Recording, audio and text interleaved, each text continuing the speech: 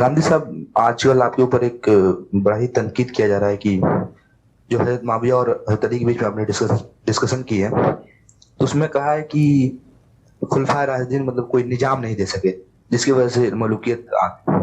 اور دوسرا چیز جو حضرت علی کے مقابلے اپنے حضرت معاویہ کو محسن امت کا کہا ہے، تو اس پہ لوگ کافی اعتراض کر رہے ہیں کیسے کہہ دیا ہو، اور یہ الزام لگایا ہے کہ آپ نے بس تاریخ کی باتیں کی ہیں، کوئی قرآن حدیث پیش نہیں کیا، تو مطلب اس کی وجہ پس منظر بھی۔ اگر ٹھیک ہے. اللہ تعالیٰ توفیق دے تو آپ اس ساری بحث کو سن لیجئے. اس میں بڑی وضاحت کے ساتھ یہ بتایا گیا ہے کہ اللہ تعالیٰ نے قرآن مجید میں جو اصول بیان کیا ہے، سیاسی معاملات میں اس اصول کا اطلاق کرنے کے لیے ہماری ذمہ داری ہے، اور ہم جب کسی ذمہ داری کو پورا کرتے ہیں تو اپنے حالات کے لحاظ سے پورا کرتے ہیں. رسول اللہ صلی اللہ علیہ وسلم عملاً غلامی کو ختم نہیں کر سکے، تو اس میں کیا معاذ اللہ رسول اللہ صلی اللہ علیہ وسلم کا کوئی نقص ہے؟ اس وقت کے سماجی حالات ایسے تھے کہ نہیں ختم کی جا سکتی تھی، یعنی وہ چیزیں ختم کر دی گئیں جو ختم کرنی ممکن تھی. غلام بنانے پر پابندی لگا دی گئی، بتا دیا گیا کہ آئندہ کسی کو غلام نہیں بنایا جائے گا. دین نے اپنا مقصد بیان کر دیا کہ ہر مسلمان کے لیے بڑی نیکی فق و رقبہ ہے، گردنیں چھڑائی جائیں. جی. لیکن دسیوں ہزاروں کی تعداد میں جو غلام تھے، حکومت کے پاس وہ سرمایہ ہی نہیں تھا کہ ان کے مالکوں کو ان کی قیمت دے کے ان کو آزاد کرا دے. ایسے حالات ہی نہیں تھے کہ ان کے لیے گھروں کا فوراً بندوبست کیا جائے، وہ تو اگلے دن نکال دیے جائیں گے جب آزاد ہوں گے. ان کی معاش کا بندوبست کیا جائے. تو سیاسی معاملات میں جب آپ کسی اصلاح کا نفاذ کرتے ہیں تو حالات دیکھنے ضروری ہیں. تو میں نے یہ بتایا ہے اس میں کہ خلفائے راشدین نے جب تک معاملات جزیرہ نمائے عرب تک رہے، اس وقت تک تو بہت اچھے طریقے سے ایک قبائلی طرز کا جمہوری نظم بنا دیا تھا اور اس کی بڑی تحسین کی تھی، اور یہ عرض کیا تھا کہ اس میں وہ سب اصول ملحوظ رہے جو اللہ نے بتائے ہیں. لیکن یہ کہ وہ ایک بڑی سلطنت کے لیے ایک جمہوری طریقہ بھی ایجاد کریں، یہ خلفائے راشدین کی ذمہ داری نہیں تھی. میں نے تو بڑی وضاحت سے بتایا ہے. جی. اور یہ کسی شخص کی بھی، بلکہ بڑے سے بڑے آدمی کی بھی وقت سے پہلے ذمہ داری نہیں ہوتی. جی. یہ سمجھانے کی صحیح کی تھی، تو اس لیے یہ بات ہی صحیح نہیں ہے. خلفائے راشدین کی کوئی کمزوری، ان کا کوئی نقص نہ بیان کیا گیا، نہ ان پر کوئی تنقید کی گئی ہے. یہ بتایا گیا ہے کہ یہ ممکن ہی نہیں تھا، یہ ہو ہی نہیں سکتا تھا. اس وقت دنیا بھی وہاں پہنچی ہی نہیں تھی. یہ آج بیٹھ کے ان پر حکم لگانا ہے، اس سے اجتناب کرنا چاہیے. روکا تھا لوگوں کو اس بات سے. جی. دوسری چیز جو تھی وہ یہ بتائی تھی کہ سیدنا معاویہ نے جب یہ دیکھا کہ پے در پے یہ پوری سلطنت خانہ جنگی میں مبتلا ہو رہی ہے، اور 4 سال کم و بیش خانہ جنگی کے گزر چکے تھے، ان سے پہلے 20 سال میں جب انہوں نے نظم قائم کر دیا، تو اس وقت ان کے پاس انتخاب جمہوریت اور ملوکیت میں نہیں تھا، انتخاب ہی نہیں تھا. ان کے پاس انتخاب تھا انارکی اور ملوکیت میں، تو انہوں نے اس میں ملوکیت کا انتخاب کیا. اور یہی ہر معاملے میں ہمیں بھی کرنا چاہیے. یہ تو تب ہو کہ میں یہ کہوں کہ یہ کام تو غلط ہے، لیکن یہ کہ انہوں نے کر ڈالا. یعنی خلفائے راشدین نے بھی اگر اس طرح کا کوئی نظم نہیں بنایا جو پوری سلطنت میں ایک ایوان نمائندگان بنا سکے، تو یہ تو میرے بھائی، میں نے اس پورے لیکچر میں بار بار کہا ہے کہ 1000 سال تک بعد میں پوری دنیا نہیں بنا سکی، ہماری فقہ نہیں بنا سکی، ہمارے بڑے بڑے دانشور نہیں بنا سکے. تو یہ ایسا نہیں ہے کہ میں نے کسی جگہ بھی کہا ہو، دوبارہ سنیے اس کو، کہ یہ ان کی کوئی غلطی تھی یا ان کی کوئی کمزوری تھی. نہیں، جو ان کو حالات میسر تھے اس وقت تک انہوں نے اللہ کے دین کے اصول پر پوری طرح عمل کر کے دکھایا. جب حالات گرفت سے نکل گئے تو اب ایک دوسرا فیصلہ کرنا پڑا.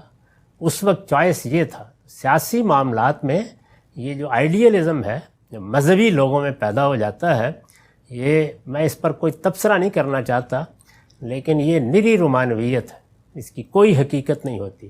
اس طرح کے یوٹوپیا میں صرف حماقتیں ہوتی ہیں. سیاسی معاملات اور سماجی اور معاشی معاملات میں یہ دیکھا جاتا ہے کہ ممکن صورتیں کیا ہیں، ان میں سے ایک کا انتخاب کیا جاتا ہے ہمیشہ. تو پہلے مرحلے میں جو کچھ انہوں نے کیا وہی ممکن تھا اس وقت، اور دوسرے مرحلے میں معاویہ رضی اللہ عنہ نے جو چوائس کیا، وہ چوائس اگر تو جمہوریت اور ملوکیت میں ہوتا تو پھر ان پر دوش آتا تھا. ان کے پاس یہ دوسرا چوائس موجود ہی نہیں تھا، یعنی ملوکیت اور انارکی کیا انتخاب کرنا ہے. تو مجھے بھی اگر آج یہی صورتحال درپیش ہو تو میں بھی ملوکیت ہی کا انتخاب کروں. تو اس لیے اس میں کسی کی کوئی برائی نہیں بیان کی گئی، کوئی ایسی بات نہیں کی گئی، نہ خلفائے راشدین کا معاویہ رضی اللہ عنہ سے کوئی تقابل کیا گیا ہے، نہ ان کی کوئی غلطی بیان کی گئی ہے. صورتحال کا ادراک کرایا گیا ہے اور وہ مسلمہ اصولوں کی روشنی میں کرایا گیا ہے، اور قرآن مجید کی اس تعلیم کو واضح کیا گیا ہے کہ قرآن جب کوئی حکم دیتا ہے تو اس پر عمل کے حالات کب سازگار ہوں گے اور کب دنیا کوئی نظام بنائے گی، اس کا فیصلہ کرنا انسانوں کا کام ہے. یہ کبھی سوچنا بھی نہیں چاہیے کہ اللہ تعالیٰ بھی وہ کام کر دیں گے. چنانچہ میں نے یہ بتایا کہ اس وقت جس جمہوری نظام کو ہم بہت بڑی اچیومنٹ سمجھتے ہیں، سارے مذہبی لوگ بھی اس کے عشاق ہوتے جا رہے ہیں، کن کا بنایا ہوا ہے؟ تو ہمارا بنایا ہوا بھی نہیں. تو ان حقائق کو سمجھیے از راہ کرم، اس مذہبی نوعیت کی ریٹرک سے نکل کے. ہر حال میں امرہم شورا بینہم کے طریقے پر حکومتیں بنیں گی، اسی طریقے پر قائم رہیں گی. اس سے محروم ہونے کے بعد اپنا جواز کھو بیٹھیں گی. اللہ تعالیٰ کا بتایا ہوا طریقہ بھی یہی ہے. علم و عقل کے مسلمات بھی اسی کی تائید کرتے ہیں. اس میں کسی دوسری رائے کے لیے کوئی گنجائش نہیں ہو سکتی. یہ پہلی بنیادی بات ہے. اس کے بعد ظاہر ہے سیاسی اور سماجی معاملات میں اللہ تعالیٰ ایک ہدایت دیتے ہیں، علم و عقل تقاضا کرتے ہیں، لیکن ہر وقت اس پر عمل کرنا آسان نہیں ہوتا.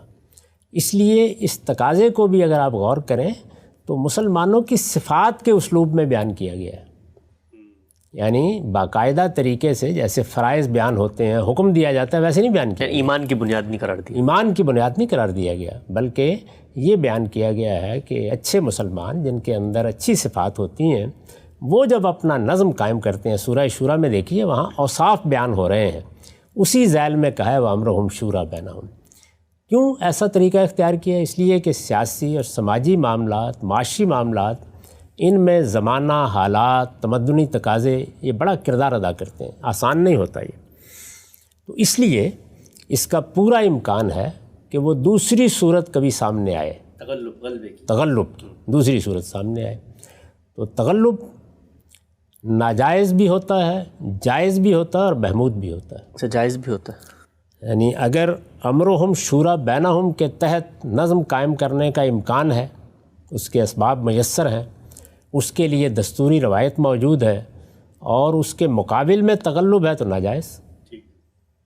جس طرح کہ اس سے پہلے ہم ایک مفصل گفتگو کر چکے ہیں کہ خلفائے راشدین کے زمانے میں جب خاص طور پر خانہ جنگی کی صورت پیدا ہو گئی تو وہاں تغلب سے حکومت قائم ہوئی معاویہ رضی اللہ عنہ کی.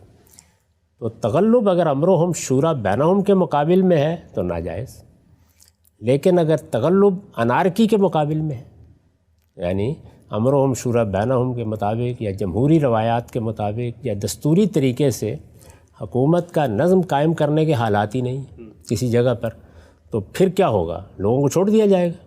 تو لوگوں کو چھوڑنے کا مطلب ہے انارکی، فساد پیدا ہو گیا. اس میں کوئی حوصلہ مند شخص اٹھتا ہے اور وہ انارکی کے مقابلے میں تغلب سے حکومت قائم کر دیتا ہے. تو یہ میرے نزدیک بالکل جائز عمل ہے. اور اگر انارکی یا ظلم و عدوان کے مقابل میں، اور ظلم و عدوان اور انارکی بھی گویا سامنے نظر آ رہے ہیں اور کوئی دوسرا حل موجود نہیں ہے، وہ آگے بڑھ کے ایسا کرتا ہے تو اس کا یہ اقدام محمود قرار دیا جا سکتا ہے.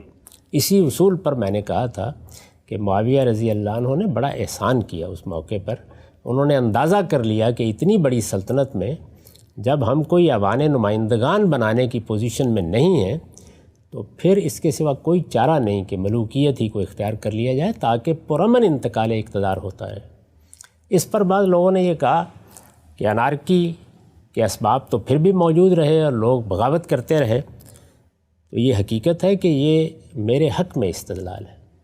اگر آپ غور کریں کہ اتنی بری صورتحال تھی اور اتنی سی رہ گئی، اور پھر اس کے بعد دیکھیے کہ کیسے وہ کنٹرول بھی ہوئی، خوارج کے فتنے کا بھی خاتمہ ہوا اور بتدریج مسلمانوں کی سلطنت پھر صدیوں تک ایک نظم کے ساتھ چلتی رہی. تو اس لیے اگر میں خلاصہ کروں اپنی بات کا تو وہ یہ ہے کہ اللہ تعالیٰ تقرر فرماتے تھے، اس کا دروازہ بند ہو گیا ختم نبوت کے بعد. لوگوں نے اپنے حکمران کو مقرر کرنا ہے، لہذا جمہوری اصول ہی صحیح اصول ہے. اللہ تعالیٰ نے بھی یہی فرمایا ہے امرہم شورا بینہم کے طریقے پر حکومتیں قائم ہونی چاہیے، اس کی جدوجہد کرنی چاہیے، وہ جائز حکومتیں ہیں. امرهم شورا بینہم پر سماجی حالات کی وجہ سے، تمدنی تقاضوں کی وجہ سے علم کے کسی مسئلے کی بنیاد پر عمل کرنا ممکن نہیں ہے۔ اگر یہ صورتحال ہے اور اندیشہ ہے کہ انارکی پیدا ہو جائے گی یا ظلم و عدوان جنم لے گا، تو اس کے مقابل میں اگر کوئی تغلب ہوتا ہے تو بالکل جائز ہے۔ لیکن اگر تغلب امرهم شورا بینہم کے مقابل میں، جیسے ہمارے ہاں دستور موجود، انتخابات کا طریقہ موجود، اس میں کوئی شخص فرماتا ہے کہ نظریہ ضرورت کے تحت میں چونکہ تمہاری فوج کا سربراہ مقرر کیا گیا ہوں تو میں حاضر ہوں خدمت انجام دینے کے لیے، تو یہ سری بغاوت ہے، آخری درجے کا جرم ہے، ایک کبیرہ گناہ ہے، کیونکہ یہ امرهم شورا بینہم کے مقابل میں ہو گیا ہے۔ ایسا اگر نہیں ہے، کسی ظالم حکمران سے نجات دلانی ہے، جس طرح کہ آپ دیکھتے ہیں کہ استبدادی حکومتیں قائم ہو جاتی ہیں تو بعض اوقات وہ بڑا ظلم کرنے والے لوگ ہوتے ہیں، یعنی دنیا میں صرف عادل بادشاہی نہیں ہوئے، ایسے ہی انارکی ہے، یعنی چاروں طرف خانہ جنگی کی نوبت آ گئی ہے، لوگ ہیں، جتھے بنے ہوئے ہیں، مختلف گروہ ہیں، تو اس میں کیا کیا جائے گا؟ اس میں تو کوئی آدمی اگر اٹھتا ہے اور اٹھ کے اپنی قوت کے زور پر حکومت قائم کر دیتا ہے، جس کو تغلب کہتے ہیں، تو اس کا احسان مند ہونا چاہیے کہ اس نے لوگوں کو امن فراہم کیا، ان کے لیے ایسا اہتمام کیا، بندوبست کیا۔ تو اس لیے میرے نزدیک تغلب اس وقت جائز ہوتا ہے جب وہ امرهم شورا بینہم کے خلاف نہ ہو۔ امرهم شورا بینہم کے خلاف ہے تو ہر تغلب بالکل ایک ناجائز ہے، بلکہ بعض حالات میں جس طرح کہ میں نے عرض کیا وہ کبیرہ گناہ بن جاتا ہے۔ تاہم اگر ایسی صورت نہیں ہے اور تغلب انارکی کے مقابل میں، یعنی آپ کے پاس انتخاب یہ نہیں ہے کہ ایک طرف امرهم شورا بینہم ہے اور دوسری جانب آپ ملوکیت قائم کر رہے ہیں یا تغلب کی بنیاد پر حکومت قائم کر رہے ہیں، تو آپ ایک ناجائز کام کر رہے ہیں۔ لیکن اگر دوسری جانب انارکی ہے، ظلم و عدوان ہے، اور کوئی حوصلہ مند شخص اٹھ کر لوگوں کو امن دیتا ہے، ایک باقاعدہ حکومت قائم کرتا ہے، اس کے لیے پرامن انتقال اقتدار کا کوئی بندوبست کرتا ہے، ولی عہدی پرامن انتقال اقتدار کا بندوبست ہے۔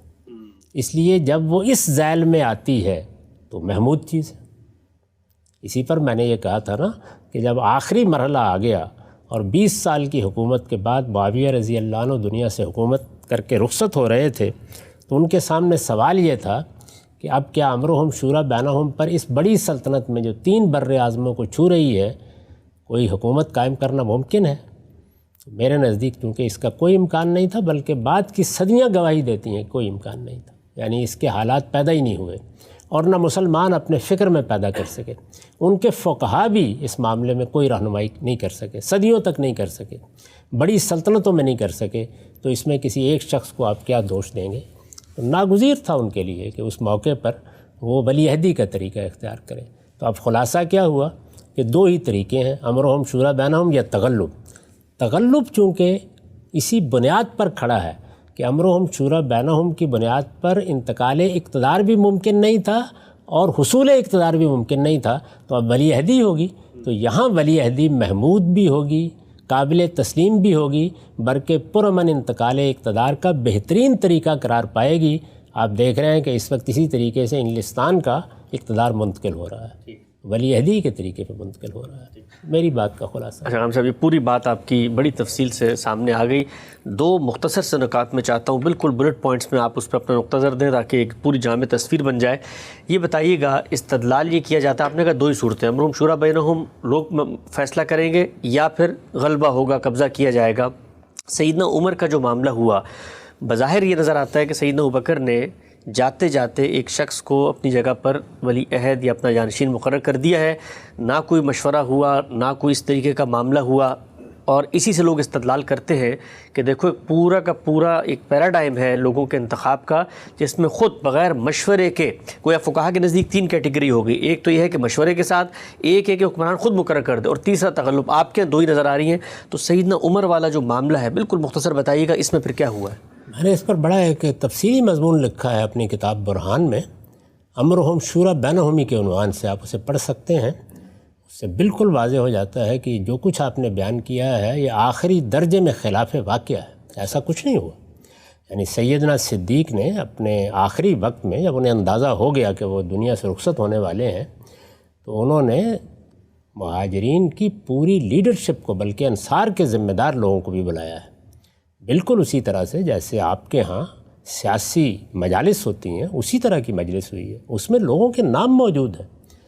طبقات ابن سعد میں اس پوری مجلس کی رودات ہے، اس میں انہوں نے اپنی ایک تجویز سامنے رکھی ہے، لوگوں نے تقریریں کی ہیں، لوگوں سے مراد ذمہ دار لیڈر، ارباب حل وقت۔ میں اس سے پہلے بھی عرض کر چکا ہوں کہ یہ تو ممکن ہی نہیں ہے، آج بھی ممکن نہیں ہے کہ ہم سب مل کے انتخاب کریں۔ اب بھی کیا ہوتا ہے، یعنی بالواسطہ طریقے سے انتخاب کیا جاتا ہے، ہم اپنے نمائندے منتخب کرتے ہیں، ایک ایوان نمائندگان وجود میں آتا ہے، پھر وہ آگے کرتے ہیں۔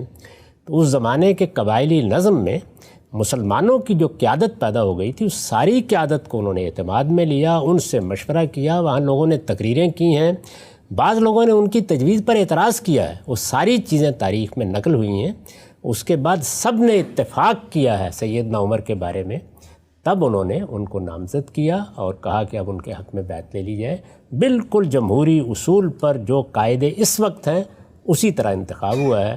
اس وقت اگر مثال کے طور پر آپ یہ دیکھیے، ہر شخص کو اللہ تعالیٰ زندگی دے، ہمارے موجودہ وزیر اعظم دنیا سے رخصت ہو جائیں تو کیا ہوگا؟ ان ہاؤس تبدیلی اس وقت ظاہر ہے کہ جو حکومت موجود ہے، پی ڈی ایم کی حکومت ہے نا، وہ لوگ اپنی مجلس بنائیں گے اور وہاں اسی طریقے سے نئے وزیر اعظم کا انتخاب، پارلیمانی پارٹیاں انتخاب کر لیں۔ وہ تو بعد میں اعتماد کا ووٹ لینے کا مرحلہ ہوگا نا، پہلے مرحلے میں تو ایسے ہی ہوگا۔ سیدنا صدیق نے بھی بالکل ایسے ہی کیا ہے، خلفائے راشدین نے جمہوری اصول پر حکومتیں قائم کی ہیں، اس کی پوری تفصیل میں نے اپنے اس مضمون میں بیان کر دی ہے، آپ اسے پڑھ سکتے ہیں۔